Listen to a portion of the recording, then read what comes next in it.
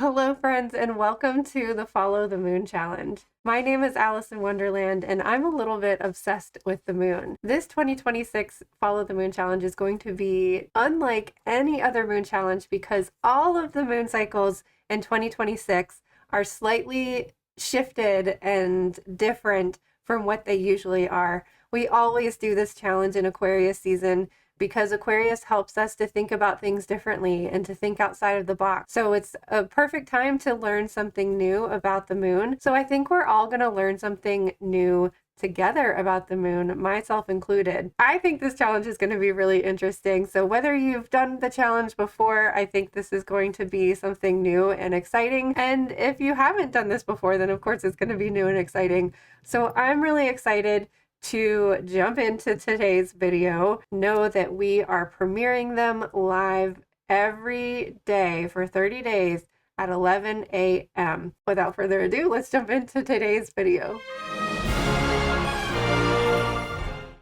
All right, friends, are you ready for day 18 of the Follow the Moon Challenge? Do you have your glasses on? This void of course time correctly? The void of course time started at 6:22 last night. The moon will be transitioning all day until 11:02 p.m. tonight. We're not going to be in Scorpio energy until we go to bed tonight. I'm so confused by the void of courses times. I don't know why they're so different every time. I've tried to look it up. I don't know why it is. Why does the moon take a different amount of time every time it goes into a zodiac sign? I guess it's because the Earth, is actually in a different location every time? I don't know. It's so strange. Anyways, so we're talking about the void of course time between Libra and Scorpio today. So we're going from air, mental activity, wisdom, to Scorpio, dark and spooky water energy. So I feel like these three zodiac signs of fall, the differences between them can be seen by the aisles at the store during that time of year. In Virgo season, you're going to see all of the back to school supplies, the pens, the notebooks, the planners, the book bags, all of that sort of thing in the aisle. During Libra season, you're going to see the fall decor come out, but the fall decor that's like the leaves, the fake foliage, I should say, and that look like the fall leaves. You've got your pumpkins, your gourds, your cornucopias, that kind of aisle at the store. And then Scorpio season it's the Halloween aisle. It's the spooky, it's the witches, it's the ghosts, it's the skeletons. So I feel like all three of these signs are represented perfectly by these three different aisles at the store. And you might see them, all three of those aisles, at once at the store because they try to rush us through the seasons. At the beginning of August, you're going to start to see those back to school supplies, even though Libra season is not until the end of August. And in September, you're going to start to see the pumpkins come out.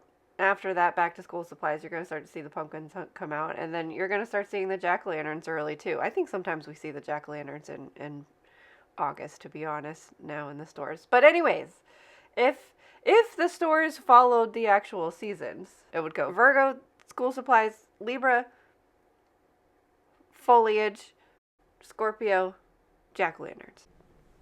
All three of these signs represent fall, they just represent them in a different way. Virgo is that transition, it's the preparation for it. Libra is just being in the middle of it, appreciating the beauty of it, appreciating the transition of it. And Scorpio is the effect of transformation. It is what happens once the leaves change colors, that they eventually turn brown and they fall off and they decompose, and that is that cycle of life, death, and rebirth. I kind of laugh at the transition for Libra to Scorpio because Libra is like that, the beauty of fall, the beauty of that transformation. And this is how I've kind of experienced transformation myself. It's like we get this little nugget of change or truth or beauty or like something that is something good that is coming. And we get to experience for this brief moment, but then we recognize that we have to shed and release the old in order to have these new things. So it's like this brief breath. It's just a moment. But then we have to go through the shadow work. Then we have to go through that change. Then we have to go through that process of transformation. And Scorpio is the ugly truth of that. It is you have to let go of the old in order for something new. And the thing that makes this so difficult is the struggle of it. Water is not meant to be a struggle. Water flows wherever it goes. If you don't have a container to put water in, it's going to flow all over the table. A river is going to make its own path. The water is coming. The water is going to flow whether you want it to or not. And it's going to go around any obstacle that you put there. But it's still going to flow. If we try to resist it, we try to dam up that river, it's going to cause problems in the future. And the reason I laugh about this is because it really does feel like a cosmic joke. It feels like Libra gives us this truth and this beauty, and look at this fair and just world we could be living in. Oh, but you've got a lot of work to do before you can get there. It really just feels cruel. It's like we're shown what could be, but then we actually have to do the work to get there. So I think these void of course times just kind of allow us this time for pause. Like, there are so many different energies just with the planets alone, and then with the moon changing signs every 2.5 days, with the sun changing signs every 30 days or so. Like, there's so many different energies. There's so much going on. For example, this is technically the Aquarius moon cycle, which would normally take place while the sun is in Aquarius. So the Aquarius moon cycle is the first layer. The second layer is that we are technically in the Pisces sun season. So not only does every moon phase and every day of this moon cycle have an underlying effect of Aquarius energy, it also has an underlying effect of Pisces energy. Then on top of that, we have this Aquarius Virgo dynamic, which is normally an Aquarius Leo dynamic. And then on top of that, it's also the solar and lunar eclipse. So there are just so many different layers and underlying energies that it's a lot to take in, and it's a lot to figure out what it means for you.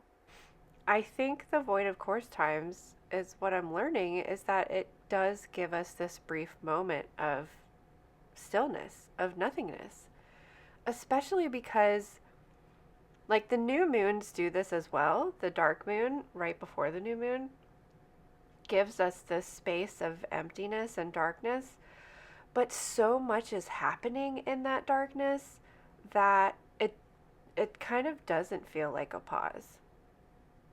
So maybe these void of course times is that pause while we're transitioning. I'm not really sure, but I also wanted to use today's video to talk about that emptiness and the discomfort that may be coming up for you during this moon challenge while you're like really focusing on the energy. So it is no secret that I usually struggle on Scorpio days. Everybody knows to check on me on a Scorpio moon day because I'm usually just not well. I find that I struggle enough on my own to process my emotions, then having that added water and emotional Scorpio energy on top of how I'm already feeling, it just weighs me down, and it's too much. On top of that, it's also what I've come to discover is that it's also when I am resisting that transformation, when I am resisting the change and the flow that the water is pushing me in. And because I have found that I can handle Scorpio days, but it's usually in times of my life when I am going with the flow, when I am pushing myself to change and allowing the transformation to happen. But right now, I have been struggling with Scorpio days again because I am in a position where I just feel stuck and like I feel like I know I'm being pushed to change, but I feel like I don't have any options and I feel like I don't have anywhere to go. So I am resisting this transformation. I want to allow it, I want to let it happen, but there are other factors in my life that are preventing it. And and part of that is the processing of the emotions. So I'm trying to give my space time to process so that hopefully if I process all of these emotions, then I will be able to take action on the things that I need to take action on. But I think until then, I'm just going to continue to struggle on Scorpio days.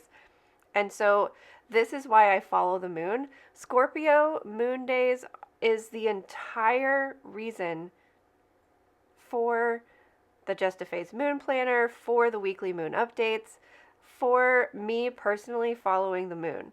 Because this was a time in my life where I was really depressed. It was after I had experienced a great loss in my life. No matter how hard I tried to remain positive and stay active and try to keep going, there were always these really big ruts and like these really deep depressive times when I just felt like I could not get myself out of this depression.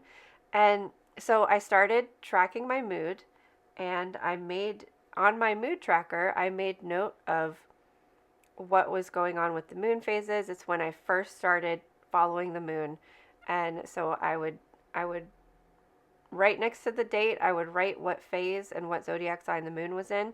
And I really think it only took like a month or two to recognize that, like, hey, every time the moon is in Scorpio, I fall into these deep depressive states.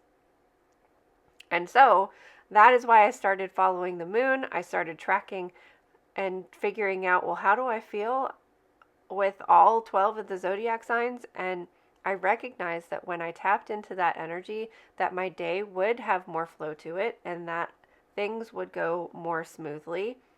And that is how the Just a Phase Moon Planner was born, because I needed a moon planner that followed the moon cycles.